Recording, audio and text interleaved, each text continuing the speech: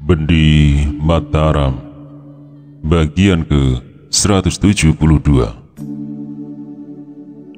Ketujuh orang itu saling memandang dengan hati tak percaya.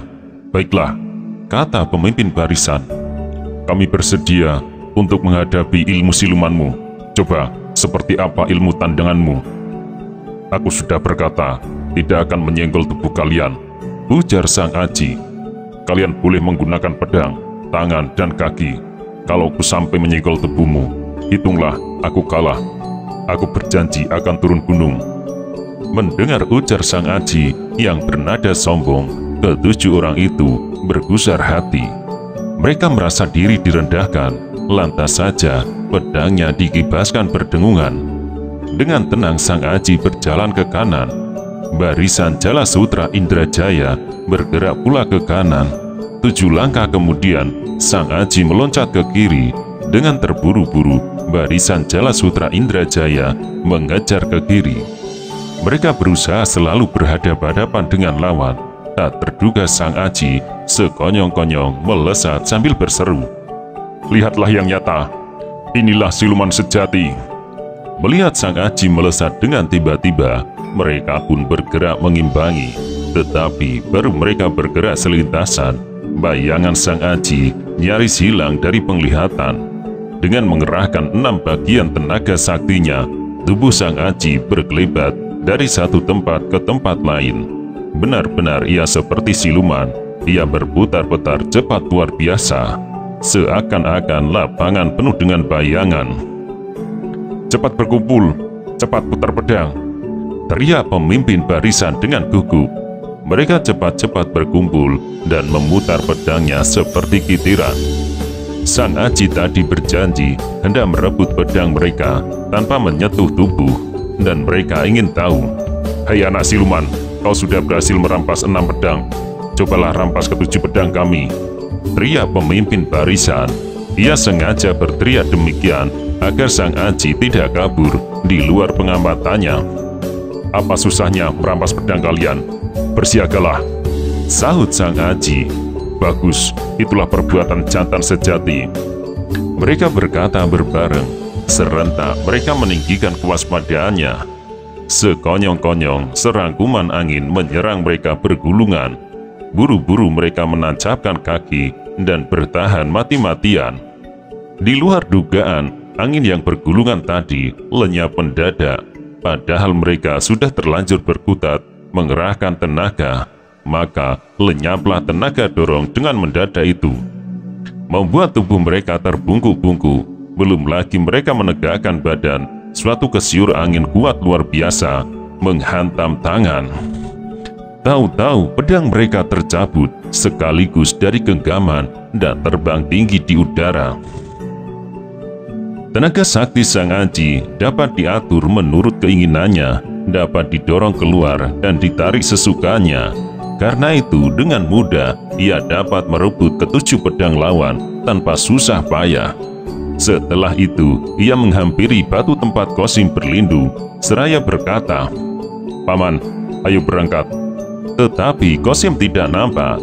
Sang Aji heran. Sebentar ia mencoba mencarinya, kemudian berpikir, kaki Paman Qasim masih terluka. Mustahil ia dapat mendaki tanpa pertolongan. Jangan-jangan ia kena culik selagi aku terlibat dalam satu pertarungan. Memikir demikian, segera ia mengerahkan tenaga dan melesat mendaki gunung. Selama hidupnya belum pernah Sang Aji mendaki gunung dengan seorang diri. Mengingat jalannya sukar dan mungkin ada bahaya, sekonyong-konyong ia tak mau lengah. Cepat luar biasa ia menyelinap dari batu ke batu pegunungan yang menghadangnya. Kemudian menembus awan hitam yang datang dengan berarah-arah. Bulan kala itu nampak makin suram. Awan hitam bergulungan menutupi angkasa. Seluruh persada bumi ikut muram pula. Belum pernah aku mengambah gunung Cibugis. Tipu muslihat kawanan yang memusuhi aku. Sukar kuduga kalau lengah aku bisa celaka, pikir Sang Aji. Dan memikir demikian, ia melanjutkan perjalanan dengan meringankan kaki. Tak berani lagi ia berlari-lari cepat seperti tadi. 1 jam lamanya ia berjalan dengan hati-hati. Kadang-kadang ia menebarkan penglihatan kalau melihat Qasim. Tapi kemurahan malam benar-benar merintangi indranya. Ia menengadahkan muka ke udara. Dari arah selatan, angin datang, bergulungan menyapu awan hitam. Benar juga, tak lama kemudian udara menjadi terang seperti kemarin malam. Bulan hampir penuh timbul di angkasa bersih. Sinarnya lembut, laksana perak kena gosok. Sekonyong-konyong, sayup-sayup pendengarannya menangkap bunyi nafas kurang lebih 100 orang.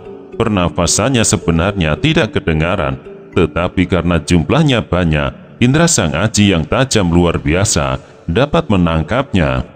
Sang Aji tidak gentar menghadapi ancaman baru itu. Hanya timbullah pikirannya, benar-benar hebat himpunan Sang Kuryang ini. Sayang, mereka terpecah belah. Sekiranya bersatu padu seperti semula, pastilah akan menemukan zaman keemasannya kembali. Segera ia mengencangkan ikat pinggangnya dan berjalan terus. Ia memasuki tebing gunung itu dan tiba pada dataran di baliknya.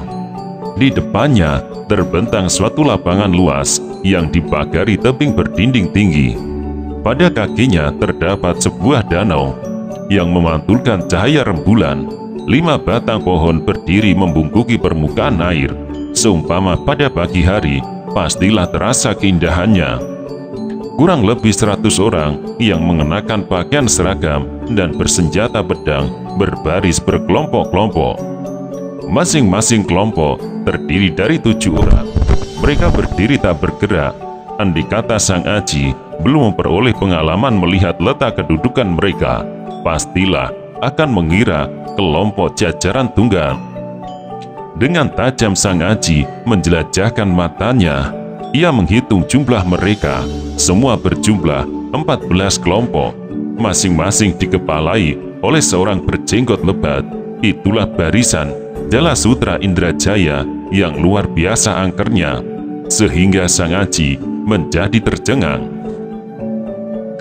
Kalau sekiranya mereka tidak kena asuh seorang pemimpin yang berwibawa, betapa mereka memiliki perbawa begini hebat, pikir Sang Aji. Begitu melihat munculnya Sang Aji, terdengarlah siulan nyaring. Mereka lalu bergerak, dan tiba-tiba saja Sang Aji telah terkepung. Sang Aji terkesiap. Ia melihat betapa tangkas mereka, dan mereka bergerak tanpa berkata sepatah kata pun. Sungguh-sungguh tak ku mengerti, kata Sang Aji dalam hati. Lihat jumlahnya, pastilah mereka dipersiapkan untuk menghadapi musuh besar. Sekarang mereka bergerak untuk menangkap aku. Mungkin aku salah duga. Memperoleh pertimbangan demikian, Sang Aji segera membungkuk hormat, kemudian berkata dengan suara menggeledik, "Dengan sesungguhnya, aku hendak mendaki Gunung Cibugis, semata-mata hendak memenuhi undangan Pendekar Inu Kertopati dan Sidi Mantra. Haraplah memberi jalan." Seorang berjambang tebal menghampiri seseorang yang perawakan tegap tinggi. Orang itu membisikkan sederet kalimat seperti lagi memberi laporan singkat. Sang Aji segera mengenal orang itu. Dialah Jajang. Rupanya dia mendahului tiba di tempat itu. Tak kalah Sang Aji terlibat dalam pertempuran.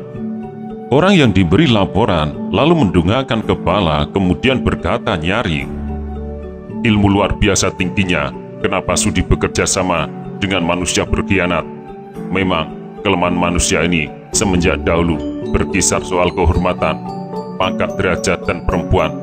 Tapi sayang, engkau yang manusia muda, siang-siang sudah berontak gila demikian. Maka turunlah dan perbaiki budi pekertimu, agar keharuman namamu tetap menjadi abadi." Orang itu berbicara dengan wajar, namun sangat nyaring, dan tiap patah katanya terdengar terang. Itulah suatu bicara dengan sungguh-sungguh pula, nasihat pembersit dari ketulusan hati. Sang Aji benar-benar merasa terpukul. Tuduhan yang diajukan kepadanya seakan-akan sudah terbukti. Ia tak tahu kini apakah mesti menangis atau tertawa. Betapa sabar dia, hatinya mengetuk juga. katanya di dalam hati. Mereka ini benar-benar salah duga, seolah-olah buta. Ah, sekiranya Titisari berada di sini, pastilah kesalahpahaman ini dapat dibuyarkan. Terhadap Titisari, ia menaruh kepercayaan besar, seumpama jiwanya sendiri ada padanya. Tetapi justru teringat kepada Titisari, hatinya menjadi gelisah bukan kepala. Kemudian ia mencoba berbicara sebisa-bisanya. Nasihat saudara benar-benar merasuk dalam dadaku. Hanya saja, aku tak mengerti apa sebabnya nasihat itu kau alamatkan kepadaku. Begini saja, antarkan aku kepada pendekar Inu Kertapati dan Sidi Mantra. Kau pasti mengenal siapa mereka. Menurut kabar, mereka adalah penghubung dunia luar. Jika engkau belum sadar, cobalah gempur Jala Sutra Indrajaya ini. Jika mampu, aku Atang Munding Sari akan meluluskan engkau mendeki ke markas besar kami.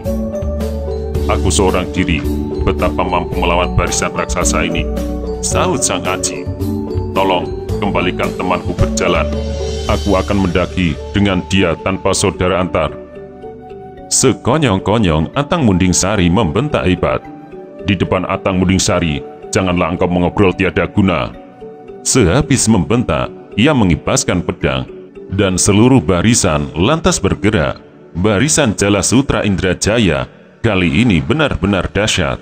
Lingkaran gerakannya 14 macam, yang 7 kelompok mempunyai bidang luas, dan 7 kelompok lainnya bergerak berputaran dalam lingkaran sempit.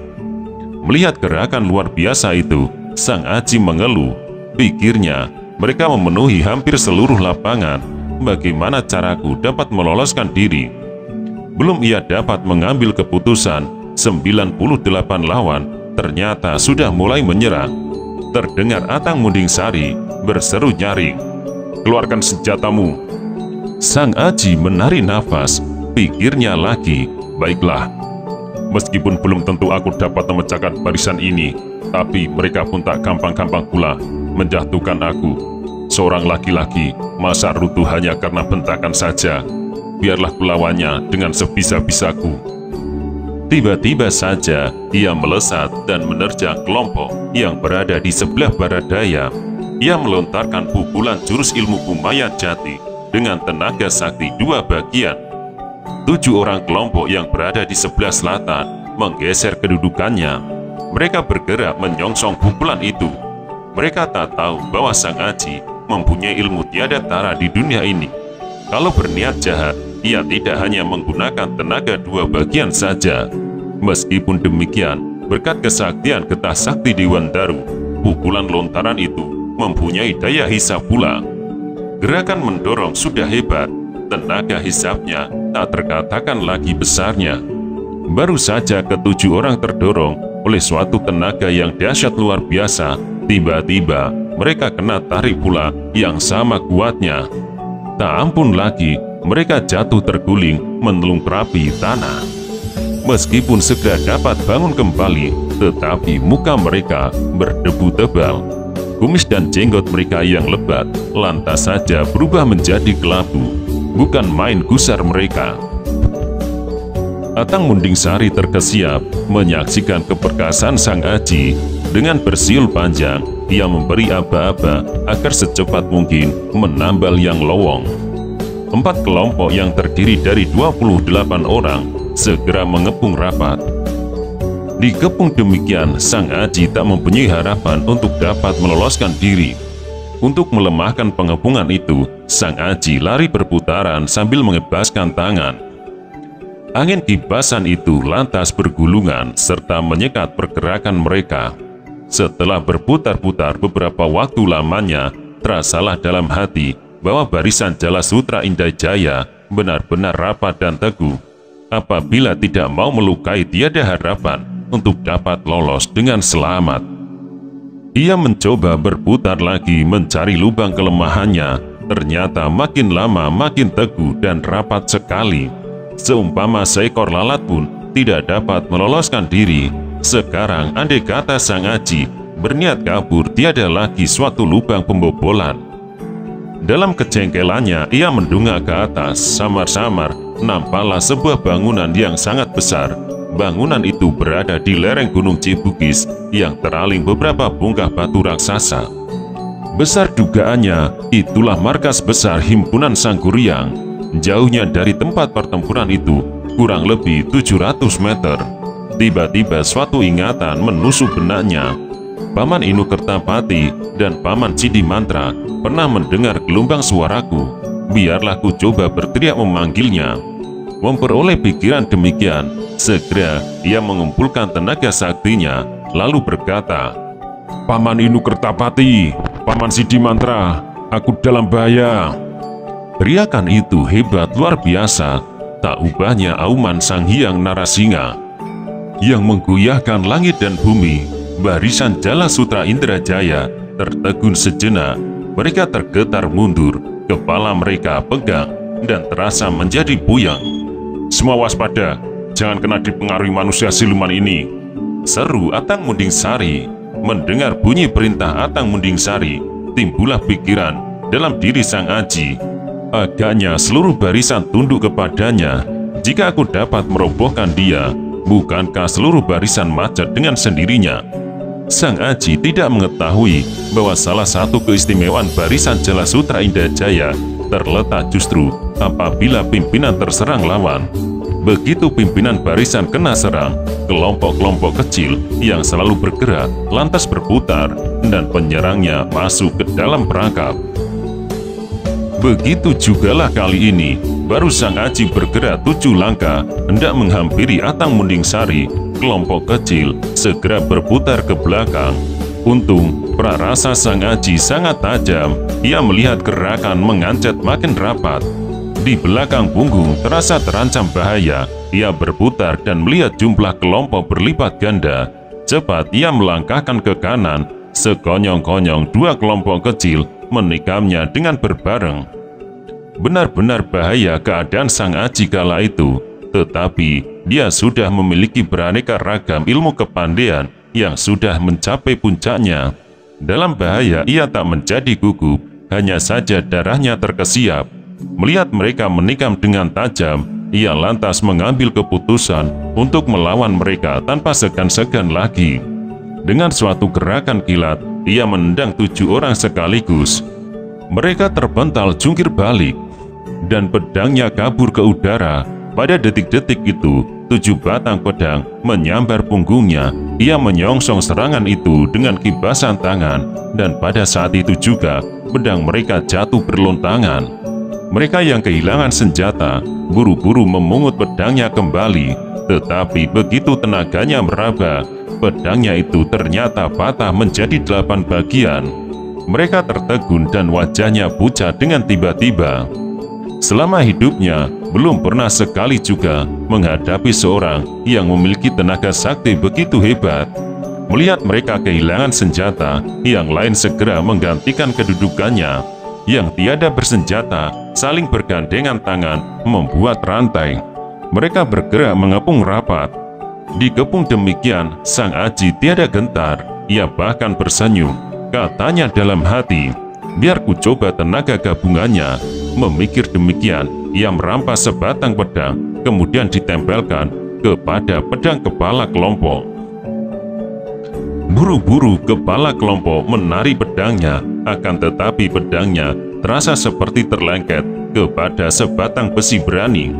Betapapun ia menggerakkan tenaga, tetap saja tak bergeming. 14 temannya segera menolong.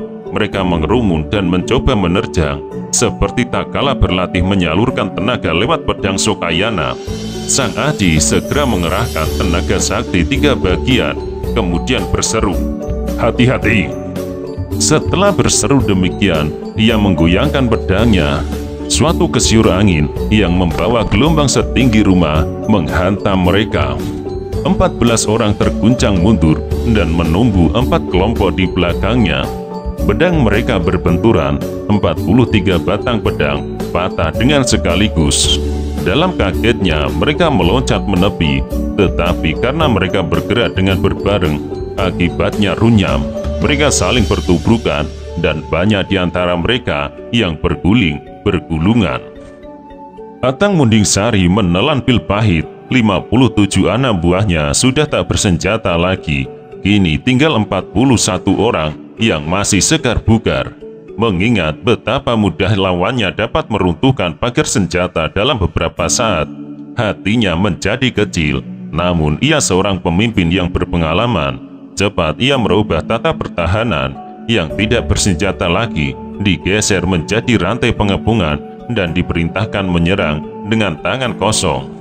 Sedangkan yang bersenjata terus merapat sambil memutar pedangnya. Sang Aji gelisah sewaktu melihat perubahan tata kerja mereka. Pikirnya, mereka bisa kembali bekerja karena aku tidak melukainya. Kalau aku bersikap demikian, sekali lengah celakalah aku. Daripada membiarkan mereka berkesempatan menyusul barisan, lebih baik ku serangnya terlebih dahulu. Bakal hebat akibatnya. Ia menjadi tak sampai hati memikirkan akibatnya, maka berserulah ia memberi peringatan. Saudara sekalian, apabila saudara-saudara tetap menghalangi aku, jangan salahkan aku melakukan tekanan keras. Atang Munding Sari mendengus. Ia melihat barisannya sudah tersusun teguh. Ia mengira Sang Aji menjadi gentar, maka ia tak sudi menanggapi seruan itu, malahan lantas bersiul nyaring, memberi aba-aba. Bertepatan dengan gelombang siulannya yang penghabisan, seluruh barisan bergerak dengan serentak. Mereka kini tidak bersifat bertahan lagi, tetapi menyerang dengan dahsyat. Sang Aji membatalkan serangannya ke depan. Ia membungkukkan tubuh dan tiba-tiba menggenjot badannya melesat ke arah timur. Kelompok yang berada di luar menggeser ke timur dan menyabet pedang dengan berbareng. Dengan satu jurus Mayangga Seta, Sang Aji merampas sebatang pedang, kemudian dengan menggetarkan pedang, ia menyambar. Sang Aji menggoyangkan pedangnya, suatu kesiur angin yang membawa gelombang setinggi rumah menghantam mereka. Ilmu Mayangga Seta adalah ilmu sakti ciptaan Kyai Gasan Kesambi. Ilmu itu diperuntukkan apabila menghadapi musuh banyak. Gerakannya gesit luar biasa dan perubahannya sukar diduga. Dahulu paman gurunya, Bagus Gempong dan Surya Ningrat pernah menggunakan takala menghadapi laskar Pangeran Bumi Gede. Hasilnya benar-benar mengejutkan lawan. Sekarang, ilmu sakti itu berada di tangan Sang Aji yang memiliki tenaga sakti melebihi 7 pendekar sakti. Perbawaannya tidak selisih daripada berada di tangan penciptanya sendiri. Dengan sekali menggetarkan tangan, pedangnya menikam 42 tikaman dan tepat mengenai pergelangan tangan 42 orang pula. Bisa dibayangkan betapa cepat gerakannya. Mereka kaget seperti tersambar geledek dan buru-buru meloncat mundur. Ternyata pergelangan tangan mereka terdapat bentong merah, tetapi sama sekali tak berdarah. Mereka kagum berbareng dengan rasa berterima kasih. Dalam hati mereka mengakui bahwa Sang Aji tidak berniat jahat, sebab apabila dikehendaki dengan bukti bentong merah itu, ia dapat menggantungkan pergelangan tangan mereka dengan menambal tenaga tekanan. Dengan demikian, mereka sudah kehilangan kegarangannya. Atang Munding Sari gusar bukan main, sampai kumisnya bergetaran. Ia tak tahu pula bahwa lawannya bermurah hati dan belum mengeluarkan seluruh kepandaiannya. Tetapi justru diperlakukan demikian, ia merasa terhina. Sebagai seorang pemimpin, ia harus tetap melawan, betapapun akibatnya. Maka ia segera memberi aba-aba agar mengurung Sang Aji lebih rapat. Melihat kebandelan Atang Munding Sari, hati Sang Aji mendongkol berbareng memuji. Sebab betapapun juga pertempuran itu tidak hanya mengadu kepandaian saja, tetapi mengadu jiwa pula. Salah sedikit akibatnya bisa mengerikan. Memikir demikian, ia mendorong 7 orang yang berada di dekatnya. Setelah itu ia lari mengarah ke telaga. Ia harus mengadu kegesitan. Seperti diketahui, seluruh lapangan penuh dengan 4 kelompok yang masing-masing membentuk Jala Sutra Indrajaya. Untuk mengalahkan mereka, Sang Aji harus melawannya dengan cara yang mempermainkan 7 orang di dekat batu besar. Tetapi hal itu berarti pula bahwa ia harus bisa menjadi 14 orang. Betapa mungkin Tetapi ilmu sakti Sang Aji adalah ilmu anugerah Raja Jawa yang pertama kali hidup pada tahun 310 tahun sebelum Masehi.